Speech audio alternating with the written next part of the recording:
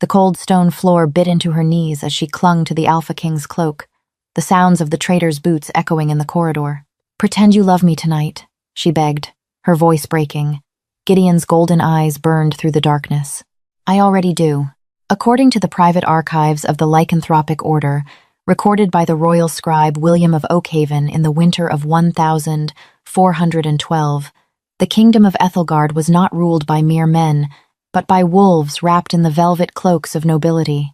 It was a time when treaties were signed in blood, and marriages were nothing more than tactical maneuvers to secure territory. At the heart of this brutal political chessboard was Lady Victoria of House Ashdown. Victoria was not a warrior, but she understood the grim reality of survival. Her father, Lord Arthur Ashdown, was dying of a mysterious wasting sickness, and their pack, once a proud and fierce lineage, was starving. Their lands in the western valleys had yielded no crops, and their hunting grounds had been decimated by a harsh, unrelenting winter. To save her people from total annihilation, Lord Arthur had brokered a desperate deal. Victoria was to be wed to Lord Reginald of the Crimson Crest, a man whose wealth was only eclipsed by his reputation for unmatched cruelty. Reginald was a hulking brute of a werewolf, a man who wore the scars of his fallen enemies like jewelry. The historical texts describe him as a tyrant who ruled his pack through terror, leaving a trail of broken mates in his wake. Victoria knew that marrying him was essentially walking to her own execution, but the dowry included 50 wagons of grain, a herd of prime cattle, and a military alliance that would protect the Ashdown borders. She had willingly offered her life to save her family. The betrothal feast was held in the cavernous Great Hall of Ashdown Keep. Tapestries depicting ancient wolf hunts hung from the damp stone walls, but they did little to keep out the biting December chill. Victoria sat at the high table, draped in a gown of midnight blue silk that felt heavier than chainmail. Beside her, Lord Reginald was already deep into his cups, his heavy hand resting possessively on her thigh, his grip tightening every time she shifted away. "You look pale, my sweet," Reginald sneered, his breath hot and reeking of fermented honey and roasted meat. "A bride should have color in her cheeks. We wouldn't want the Alpha King thinking I'm starving you before I've even claimed you." Victoria forced a tight, obedient smile. "I am perfectly well, my lord, only overwhelmed by the honor of the evening." Her words were hollow, and she knew it. The only reason the feast was so lavish, the only reason the Crimson Crest Pack had not simply slaughtered the Ashdowns and taken the land by force, was the impending arrival of the Alpha King, King Gideon of the Ironwood lineage. He was the sovereign of all the northern and western packs, a ruler whose name was spoken in hushed, terrified whispers. Unlike the petty lords who squabbled over borders, Gideon was a true apex predator. He had ascended the throne at the age of 19 after his father was assassinated, brutally executing the traitors and uniting the fractured packs with an iron fist. He rarely left the capital, making his presence at a minor lord's betrothal feast highly suspicious. The heavy oak doors of the great hall suddenly groaned open, silencing the raucous laughter and the lively lutes of the minstrels. The winter wind howled into the room, bringing with it the crisp, metallic scent of snow and ozone. And then he stepped inside. King Gideon was a towering figure, broad-shouldered and lethal, wrapped in a mantle of dark wolf fur. His dark hair was swept back from a face carved from granite, aristocratically handsome but brutally severe. But it was his eyes that commanded the room, a piercing, luminescent amber that seemed to strip away the flesh and look directly into the soul. As the entire hall scrambled to their feet, bowing deeply in submission, Victoria's breath hitched in her throat. Her heart slammed against her ribs like a trapped bird. She kept her head bowed, praying to the moon goddess that he would not look at her. Because 3 years ago, before her father fell ill, before Reginald, before the desperation, there had been a midsummer festival in the capital. Victoria had slipped away from her chaperones and found herself in the royal gardens. There she had met a brooding, nameless soldier. They had talked until dawn under the weeping willows, sharing whispered secrets and a single searing kiss that she had guarded in her heart ever since. She had not known he was the Alpha King until she saw him crowned from afar the very next day. She had fled the capital in terror, entirely certain that a king would never remember a fleeting night with an impoverished lord's daughter. "Your Grace," Reginald boomed, stepping forward and bowing low, though his eyes gleamed with arrogant ambition. "We are deeply humbled by your presence. You honor my future bride and me." Gideon's amber eyes swept over Reginald with casual disdain before snapping directly to Victoria. The temperature in the room seemed to drop by 10 degrees. When his gaze locked with hers, a jolt of pure, crackling electricity shot down her spine. His wolf was right beneath the surface, ancient and predatory. "Lord Reginald." Gideon's voice was a low, resonant baritone that vibrated through the stone floor. "I came to ensure the peace of my territories. I see you are claiming the Ashdown lands. Through a holy union, your grace." Reginald smiled, though it did not reach his eyes. "Lady Victoria is eager to join my pack." Gideon stepped closer, his heavy boots echoing in the silent hall. He stopped directly in front of the high table, staring at Victoria. "Is that so, Lady Victoria? Are you eager?" Her throat was desert dry. Reginald's fingers dug into her waist, a silent, vicious threat. "Say yes. Save your father. Save your pack." "I am dedicated to my duty, your grace," she managed to whisper, keeping her eyes fixed on the silver embroidery of his doublet. Gideon stared at her for a long, agonizing moment. The silence was deafening. Finally, he turned away, his cape swirling around him. "Let us see if this union holds the strength you claim, Reginald. The night is young." The feast descended into a chaotic blur of wine, roasted boar, and raucous dancing. The heat in the great hall became stifling, but Victoria felt frozen. Every time she looked up, she found Gideon's golden eyes resting on her from the royal dais. There was a dark, brooding fury simmering in his gaze, an unspoken question that made her skin prickle with heat. By midnight, Lord Reginald was heavily intoxicated. He dragged Victoria into a dimly lit alcove near the kitchens, slamming her back against the cold stone wall. The air was thick with the smell of wood smoke and stale ale. "You look at him again!" Reginald hissed, his hand snapping out to wrap around her throat, not tight enough to choke her, but tight enough to demonstrate his immense strength. "And I will strip the flesh from your father's bones before he has a chance to die of his sickness. You are mine, Victoria. You belong to the Crimson Crest now." "I was not looking at him," she gasped, her hands coming up to pry at his thick fingers. "Liar," he spat, leaning in to bite her earlobe, drawing a sharp sting of pain. "But it matters little. Let the Alpha King stare. Let him enjoy his final night of superiority." Victoria froze, her werewolf hearing catching the underlying malice in his tone. "What do you mean?" Reginald chuckled, a wet, ugly sound, and released her, swaying slightly. "You think I brought the king here to watch me marry a destitute beggar? Tomorrow, Gideon dies, and the Northern Territories will need a new Alpha King, one who understands true power." He patted her pale cheek roughly and stumbled back toward the feast, leaving Victoria trembling in the shadows. Her mind raced, piecing the fragments together. Reginald's sudden influx of wealth, the strange mercenaries guarding the outer courtyard, wearing colors that belonged to the disgraced Baron Godfrey of the Southern Marches, the specialized barrels of wine that Reginald's men had strictly guarded all afternoon. Wolfsbane. They were going to poison the Alpha King, weakening his beast just enough to slaughter him in his sleep. Panic seized her. If Gideon died under the Ashdown roof, her entire family would be held responsible for the treason. The Ironwood loyalists would raze her home to the ground, and a part of her, the part that still remembered the soft touch of a soldier in the royal gardens, screamed at the thought of Gideon's blood spilling on the stone. She had to warn him. Avoiding the main corridors, Victoria utilized the secret servant passages her father had shown her as a child. The narrow stone arteries were thick with dust and spider webs, the air suffocatingly tight. She navigated through the darkness by touch and memory, her heart hammering a frantic rhythm. She emerged behind a tapestry on the 3rd floor, the guest wing reserved for royalty. The corridor was eerily quiet, too quiet. Gideon's royal guards were nowhere to be seen. Reginald had already made his move, likely poisoning or redirecting the guards. Time was running out. She hurried down the hall and pressed her hand against the heavy oak door of the king's chambers. It was unlocked. Victoria slipped inside, closing the door softly behind her. The room was illuminated only by the dying embers in the hearth. The massive 4-poster bed was empty. Before she could take another step, a massive shadow detached itself from the darkest corner of the room.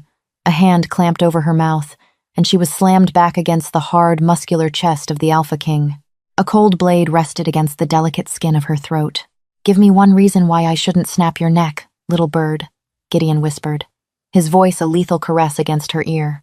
Victoria whimpered, her hands grasping his thick forearm. She tapped his arm twice, a universal sign of surrender. Slowly, Gideon lowered the blade and removed his hand from her mouth, though he kept her pinned against his chest. "You are in danger," she breathed, spinning around in his arms to face him. The proximity was intoxicating. He smelled of winter pine, leather, and rain. "Reginald, he plans to assassinate you tonight. The wine. He intends to poison you with wolfsbane, and his men have already cleared your guards from the hall." Gideon did not look surprised. In fact, a dark, predatory smile touched the corners of his lips. He reached up, his calloused thumb brushing a stray curl of dark hair from her forehead. "I know, Victoria," he said softly. She blinked, stunned. You know? Then why are you here? Why aren't you leaving, or assembling your men?" "Because I needed him to make his move," Gideon replied, stepping closer, crowding her against the tapestried wall. "Reginald has been plotting treason for months. I needed proof to execute him without plunging the Western Pax into civil war. Tonight, he gives me that proof." Suddenly, heavy, hurried footsteps echoed in the corridor outside. The sharp clank of armor and the low growls of half-shifted wolves vibrated through the floorboards. Reginald's men. "Where is she?" Reginald's furious roar muffled through the heavy oak door. "Find her. If she warned him, I'll skin her alive. Check the king's chambers." Victoria's blood ran cold.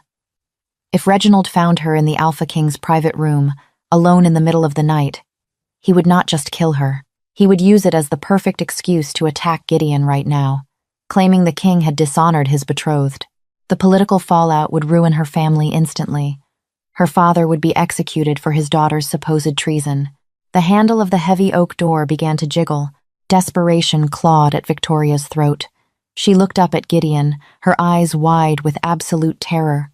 She grabbed the lapels of his tunic, her fingers twisting into the dark fabric. "Gideon, please," she whispered, her voice cracking, dropping his formal title entirely. "If they find me sneaking in here to warn you, Reginald will slaughter my family. He will claim we conspired with you. He will use my presence to incite a riot." "What are you proposing, little bird?" Gideon murmured, his golden eyes flashing in the firelight.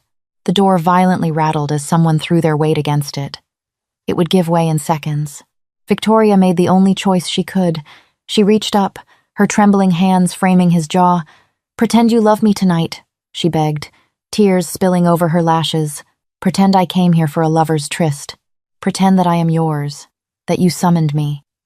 It's the only way Reginald's claim over me is broken by Alpha law, and the only way my family survives." Gideon looked down at her, the mask of the stoic Alpha King shattering completely. The raw, primal possessiveness of a wolf finding its mate burned fiercely in his eyes. "I already do," he rumbled. Before Victoria could even process the weight of his words, Gideon moved. He didn't just play a part. He consumed her. One massive hand tangled in the hair at the nape of her neck, tilting her head back, while the other wrapped around her waist, pulling her flush against his hard body. His mouth crashed down on hers, not with gentle pretense, but with a starving, desperate heat. Victoria gasped against his lips, and he took immediate advantage, his tongue sweeping into her mouth, tasting of rich wine and dark promises. The kiss was a violent collision of past and present, a reignition of the spark they had shared in the royal gardens 3 years ago. Her mind spun wildly. He remembers me. Crash. The heavy oak door splintered open, bursting inward as Lord Reginald and 4 of his heavily armed guards stormed into the room. Gideon did not immediately let her go. He broke the kiss slowly, keeping Victoria tucked securely under his arm, his large body shielding hers. He turned his head lazily toward the intruders, his amber eyes glowing with a terrifying, lethal calm in the dim firelight. "It is customary, Lord Reginald," Gideon said, his voice dropping into the terrifying dual-toned vibration of an alpha using his command, to knock before entering the private chambers of your king. Reginald froze, his face cycling rapidly through confusion, shock, and then a purple mottled rage. He stared at Victoria, whose lips were swollen, her chest heaving, her hands still clutching the king's tunic. What is the meaning of this?" Reginald bellowed, drawing his broadsword. "You dare lay hands on my betrothed? You dishonor me in my own ally's home. Your betrothed?" Gideon stepped forward, pushing Victoria slightly behind him. The air in the room grew suffocatingly dense as Gideon's aura flared, pressing down on the lesser wolves in the room until Reginald's guards were forced to drop to one knee, gagging on the sheer pressure of his dominance. "There is no betrothal," Gideon stated coldly. "Lady Victoria carries no mark of yours. She has accepted no final vow, and under the laws of the first rites, a king's claim supersedes a lord's arrangement." "She is mine!" Reginald roared, trying to fight against the Alpha's oppressive aura. "We signed the contracts. Her father sold her to me for 50 wagons of grain." Gideon's upper lip curled in a snarl. "And I bought her back. Tell him, Victoria." Victoria stepped out from behind the king's shadow. Her heart was racing, but the protective heat radiating from Gideon gave her an anchor. She looked at Reginald, the man who had bruised her and threatened her family just hours prior. "The king speaks the truth, Lord Reginald," she said, her voice remarkably steady. "I am not yours. I came to the king's chambers willingly. I am his." Reginald's eyes bulged with pure hatred. But he was a cunning beast. He looked around the room, noting that Gideon's royal guards were still conspicuously absent. He realized that the original assassination plot could simply be adapted. "Treason!" Reginald hissed, a wicked smile stretching across his face. "The Alpha King uses his power to steal another man's mate. He violates the sacred hospitality of House Ashdown. The laws of the realm give me the right to challenge a thief who steals my bride, king or not." Reginald raised his sword, and his 4 guards staggered to their feet, drawing their weapons, bolstered by their lord's defiance. "You think you trapped me, Gideon?" Reginald spat. "You think you can just walk into this territory and take what is mine? Your guards are incapacitated in the lower dungeons. You are alone, and I am going to mount your head on a pike and take my bride back." Victoria let out a cry of panic, reaching for a heavy iron poker by the fireplace, but Gideon simply laughed. It was a dark, terrifying sound that echoed off the stone walls. "Do you really think, Reginald?" Gideon said softly, unbuckling his heavy fur mantle and letting it drop to the floor, revealing the gleaming silver chainmail beneath, "that I achieved my throne by relying on guards to protect me?" Gideon didn't draw a sword. He didn't need to. In a blur of motion too fast for the human eye to track, the Alpha King surged forward. His hands extended, his fingernails elongating into lethal, blackened claws. He caught the first guard by the throat, snapping his neck with a sickening crack before the man could even swing his blade. The second guard lunged, but Gideon sidestepped the thrust seamlessly, driving his fist into the man's chest with such force that the guard was thrown backward, crashing through the heavy wooden table in the center of the room. Reginald roared in fury and swung his broadsword in a deadly arc aimed at Gideon's neck. Gideon ducked, the blade slicing through the air where his head had been a fraction of a second before. With a guttural growl, Gideon swept his leg out, catching Reginald behind the knees. The hulking lord crashed to the floor, losing his grip on his sword. Before Reginald could scramble away, Gideon was on top of him. The king's knee pinned Reginald's chest to the stone, and Gideon's claws rested delicately against Reginald's jugular. The remaining 2 guards dropped their weapons instantly, falling to their knees in absolute submission, exposing their throats to the Alpha King. The room fell deathly silent, save for the crackling of the fire and Reginald's ragged, terrified breathing. Gideon leaned down, his face mere inches from Reginald's sweating brow. "You plotted treason. You sought to poison me. And worst of all," Gideon's voice dropped to a terrifying whisper, "you dared to lay your filthy hands on the woman who has been mine since the moment I saw her 3 years ago." Victoria gasped, her hands flying to her mouth. "Since 3 years ago." "Kill me!" Reginald choked out, his eyes wide with fear, knowing there was no escape. "But know this, King, the blood-right trap is already sprung. Baron Godfrey marches on the capital tonight. You may have the girl, but you have lost your kingdom." Gideon's expression did not change. He simply pressed his claws deeper into Reginald's neck. "Godfrey's head is already on a spike outside my castle gates," Gideon replied coldly. "I intercepted his ravens 3 weeks ago. Why do you think I chose tonight to finally attend a provincial betrothal feast?" Reginald's eyes widened in ultimate defeat, just before Gideon's hand moved in a swift, merciless strike. Victoria squeezed her eyes shut, turning her head away. When she opened them again, the threat of Lord Reginald was permanently ended. Gideon stood up slowly, wiping the blood from his hands with a cloth he pulled from a table. He looked at the two cowering guards. "Take his body. Throw it in the courtyard. Tell the Crimson Crest Pack that their alpha committed treason, and that I, King Gideon, claim their lands and their loyalty. Anyone who objects can join him. Go." The guards scrambled to obey, dragging Reginald's heavy corpse out of the room as fast as they could, leaving a trail of blood on the stone. When the door finally closed, leaving them alone once more, the heavy adrenaline of the moment began to fade. Victoria stood frozen by the fireplace, her mind reeling from the violent, bloody spectacle she had just witnessed, and the staggering revelations that came with it. Gideon turned to her. The lethal predator vanished, replaced by the man who had kissed her under the willow trees. He walked toward her, his golden eyes soft, searching her face for fear. "You're shaking," he murmured, stopping a few feet away, suddenly hesitant to touch her with blood still staining his sleeves. "You," Victoria stammered, her voice trembling. "You knew about Reginald's treason for weeks. You knew about Godfrey." "Yes," Gideon admitted. "Then why didn't you just execute him from the capital? Why come all the way to Ashdown Keep? Why risk the poison, the trap?" Gideon looked at her, a profound vulnerability breaking through his stoic facade. He stepped closer, reaching out to gently cup her face, his thumb stroking her cheekbone. "Because I found out what he bought with his treason," Gideon said softly. "I have spent 3 years looking for the girl who vanished from the royal gardens before I could even ask her name. I scoured the noble houses, the merchant guilds, the common villages.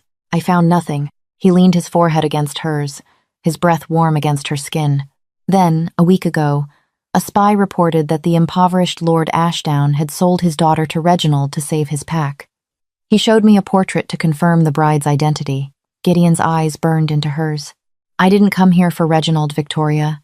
I didn't care about the trap, or the poison, or the politics. I came for you." Victoria's breath hitched, tears pooling in her eyes. The Alpha King, the most powerful man in the realm, had walked into a den of traitors simply to get her back.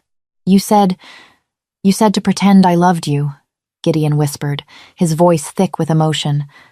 "I couldn't pretend, Victoria. I never could." "You don't have to," she breathed, rising on her tiptoes and pressing her lips to his, sealing the fate of the northern realm and the heart of its king. The dawn broke over Ashdown, keep not with the soft light of winter, but with the cold, hard clarity of a new era. The courtyard, usually bustling with the morning routines of servants and stable hands, was eerily quiet. The men of the Crimson Crest Pack had been stripped of their weapons and forced to kneel in the snow, their heads bowed in absolute submission to the Alpha King. Gideon stood on the stone balcony overlooking them, the chill wind catching his dark fur mantle, projecting an aura of absolute, terrifying dominion. Victoria watched him from the warmth of the great hall, her heart still a frantic drum in her chest. The events of the night felt like a fever dream, the assassination attempt, the bloody demise of Lord Reginald, and the earth-shattering revelation that the Alpha King had torn the realm apart just to find her. Yet, amidst the dizzying rush of Gideon's protection, a heavy shadow still loomed over her, her father. As Gideon re-entered the hall, the frost melting from his broad shoulders, he saw the lingering sorrow in Victoria's eyes. He crossed the cavernous room, the heavy thud of his boots echoing against the stone, and gently took her hands in his. "The threat to your borders is neutralized," Gideon said, his voice a low, comforting rumble. "Reginald's lieutenants have sworn the blood oath to the Ironwood crown. Your pack is safe, Victoria." "I know," she whispered, looking down at his strong, calloused fingers. "And I owe you my life, my king. But my father, the wealth Reginald brought, would have bought the finest apothecaries in the continent. Now, without it, Lord Arthur will not survive the week. His wasting sickness has progressed too far." Gideon's brow furrowed. "A wasting sickness? The lycanthropic constitution does not simply waste away, Victoria, even in our twilight years. We heal. We endure. The local healers call it the rot," she explained, her voice cracking. "He cannot keep food down, his veins have darkened to a bruised purple, and his wolf has gone entirely dormant. He has not shifted in 6 months." Gideon's amber eyes narrowed, a sharp, predatory instinct flashing within them. He immediately summoned his royal physician, Dr. Aldous Pemberton, a brilliant but eccentric scholar who had arrived with the king's vanguard at first light. "Doctor, Pemberton was a man whose knowledge of lichen anatomy was unparalleled, documented extensively in the private Ironwood Medical Codex of 1412. They made their way to the Lord's bedchamber in the highest tower of the keep. The room smelled of camphor, stale sweat, and impending death. Lord Arthur Ashdown lay in the center of a massive four-poster bed, his skin translucent and stretched tight over his bones. He looked like a ghost of the formidable alpha he had once been. Dr. Pemberton approached the bed, opening his heavy leather satchel. He examined Lord Arthur's eyes, the blackened veins in his wrists, and finally, he picked up a small, crystal vial resting on the bedside table. It contained a thick, dark amber liquid. "What is this, Lady Victoria?" Pemberton asked, uncorking the vial and sniffing it cautiously. "My father's daily tonic," Victoria replied, stepping closer to Gideon's side. "Brewed by his brother, my Uncle Henry. Henry has managed the keep's apothecary since my mother passed. He said it eases the pain of the sickness." Dr. Pemberton dipped a silver testing needle into the liquid. Instantly, the silver tarnished, turning a sickening, corrosive black. The physician dropped the vial as if it burned him, his face draining of color. "This is no sickness, Your Grace," Pemberton gasped, turning to Gideon. "This is Aconitum argentum, silver-laced wolfsbane, distilled over months. It is designed to slowly choke the lichen healing factor without triggering an immediate, violent rejection. He is being poisoned." Victoria's breath hitched, the room spinning violently around her. Poisoned. Not a curse of nature, but a deliberate, malicious murder. And the man administering it was her own flesh and blood. "Uncle Henry," she breathed, the horror sinking into her bones. "He colluded with Reginald," Gideon stated, the pieces of the puzzle snapping together with brutal clarity. His voice was dangerously calm, the calm of a predator cornering its prey. "Reginald needed the Ashdown lands to secure his staging ground against the capital. He couldn't risk a siege, so he bought your uncle. Henry poisons his own brother, weakening the pack, and in your desperation, you are forced to marry Reginald. Reginald gets the territory, and I imagine Henry was promised the lordship of Ashdown once you were gone." "No," Victoria sobbed, burying her face in her hands. The utter depravity of the betrayal was a physical blow. Her own uncle had traded her father's life and her freedom for a scrap of power. Before another word could be spoken, the heavy oak door of the bedchamber creaked open. Lord Henry Ashdown stepped inside, carrying a fresh tray of bandages. When he saw the Alpha King standing by the bed and the shattered vial on the floor, he froze. The tray slipped from his trembling hands, clattering loudly against the stone floor. Henry didn't hesitate. He turned and bolted down the spiral staircase. "Stay here," Gideon commanded. He was out the door before Victoria could even nod. The chase was incredibly brief. Henry was an aging, unremarkable wolf, while Gideon was an apex alpha at the height of his power. Victoria heard a muffled crash from the corridor below, followed by a pathetic, choked whimper.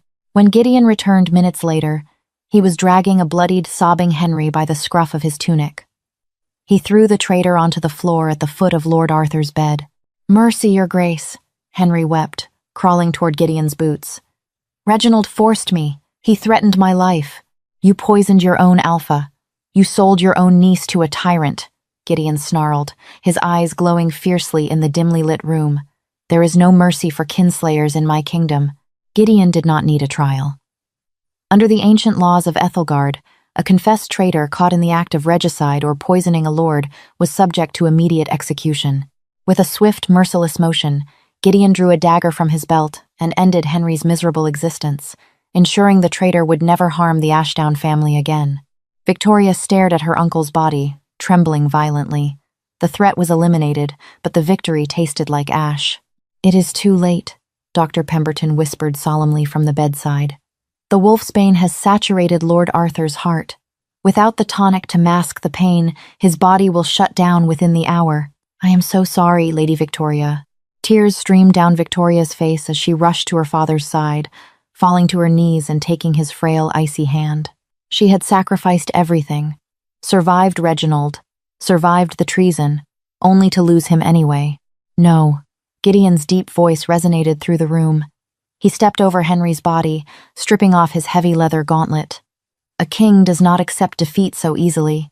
Gideon took the dagger he had just used, wiped it clean, and pressed the blade against his own palm.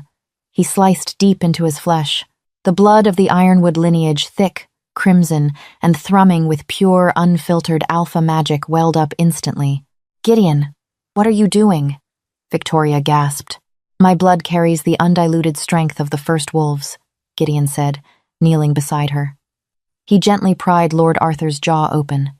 "It is the only thing hot enough to burn the silver from his veins." He held his bleeding hand over Arthur's mouth, letting the thick, metallic drops fall past the dying man's lips. For a long, agonizing moment, nothing happened. Then Lord Arthur's body seized violently. The blackened veins on his neck began to throb, glowing with a faint, fiery luminescence. A deep, guttural growl, the first sound his wolf had made in months, tore through his chest. The sickly gray pallor of his skin began to flush with color. Victoria watched in absolute awe as her father's chest expanded with a massive, shuddering breath. The heavy scent of death in the room shattered, replaced by the sharp, primal scent of a healing lichen. Arthur's eyes fluttered open, clear and focused, for the first time in half a year. He looked at Victoria, and then up at the towering king bleeding over him. "Your Grace," Arthur rasped, his voice weak but undeniably alive. Gideon smiled softly, wrapping a linen cloth around his palm. "Welcome back, Lord Ashdown. You have a wedding to attend." According to the historical scrolls maintained by the royal scribe William of Oakhaven, the winter of 1412 was recorded as the most severe in a century, yet it ended with the most magnificent celebration Ethelgard had ever witnessed. The journey back to the capital was a triumphal procession. The Ashdown pack, heavily supplied with the grain and cattle that Gideon had seized from the traitorous Crimson Crest vaults, rode behind the royal vanguard. Victoria rode beside Gideon, wrapped in furs, the bitter cold unable to touch the warmth blossoming in her chest. She was no longer the desperate, terrified girl being sold to a monster. She was the chosen mate of the Alpha King. Gideon never left her side, his protective presence a constant, comforting shield. He listened to her ideas for agricultural reform in the western valleys. He valued her sharp mind, and in the quiet privacy of their royal carriage, he showed her a gentle, consuming passion that wiped away the trauma of the past months. When the massive iron gates of Ethelgard finally swung open, the capital erupted in cheers. The streets were lined with thousands of lichens, roaring their approval as Gideon presented his bride to the people. The coronation and wedding took place on the evening of the winter solstice, beneath the vaulted, starlit glass ceiling of the Cathedral of the Moon. Victoria wore a gown of shimmering silver thread and white velvet, a stark, beautiful contrast to the heavy, dark armor worn by the king. As the high priest wrapped their hands together in the ceremonial silken cords, binding their souls beneath the light of the full moon, Victoria looked up into Gideon's golden eyes. 3 years ago, Gideon murmured, his voice meant only for her amidst the silent, watching crowd of nobles and lords. "I stood in the gardens and asked the moon goddess to bring you back to me. I thought I would have to conquer the whole world to find you. And instead, you just had to brave a drafty keep and a poisoned cup." Victoria smiled, a single tear of pure joy slipping down her cheek. "I would have braved the fires of purgatory, little bird," he vowed, his thumb brushing the tear away. The priest laid the crown of winter, a delicate, intricate weave of enchanted silver branches and diamonds upon Victoria's dark hair.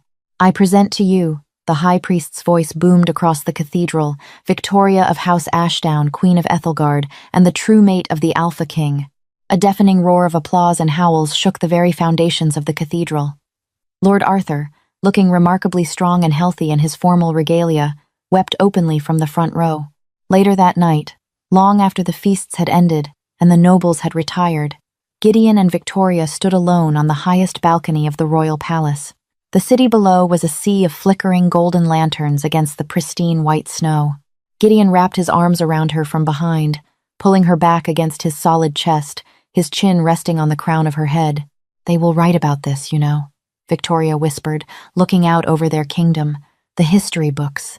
They will say the Alpha King marched to war over a broken treaty." Gideon turned her in his arms, his eyes burning with the same fierce, unwavering devotion that had saved her life. He pulled her flush against him, capturing her lips in a kiss that tasted of forever.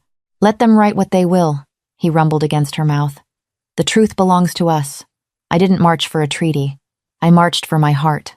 If you were captivated by Victoria's harrowing escape and King Gideon's fierce, unwavering devotion, don't let the story end here.